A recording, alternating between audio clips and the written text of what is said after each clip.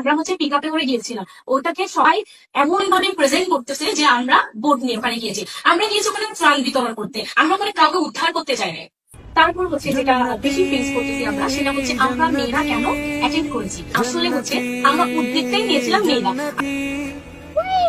Confirm जन्नती है, confirm जन्नती है, कन्फर्म जन्नती है, कन्फर्म जन्नती है, कन्फर्म जन्नती है, कन्फर्म जन्नती है, कन्फर्म जन्नती है। আমার একটা বিষয় হচ্ছে সবাই আমাকে নিয়ে যেভাবে ট্রল করছে যে আমি মেকআপ কেন করে গিয়েছি।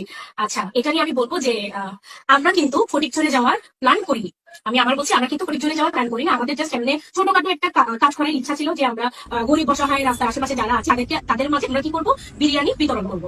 তো আমরা যেহেতু একটা গ্রুপ মেনটেন করি, সো আমরা কিন্তু আমাদের কোনো একটা ব্যানার আকারে কিন্তু ফেসবুকের মধ্যে আপলোড করি। তো ওখানে হচ্ছে অনেকে কমেন্টস করছে আমাদেরকে যে আপু আপনারা এই কাজটা না করে, আপনার ফটিকছড়ির অবস্থা অনেক খারাপ, আপনারা ওখানে এই খাবারগুলো বিতরণ করেন, তাহলে সব থেকে বেশি ভালো হবে। তো আমরা ফিল্ডে আসার পরে, আমি যখন ফিল্ডে আসছি তখনই আমরা সিদ্ধান্ত নিছি 2 ঘন্টার মধ্যে যে আমরা ফটিকছড়িতে যাবো। सारी उम्र में जो कर जा बढ़िया रहा, तेरे पीछे ये जिंदगी सरकस हो गई। सारी उम्र में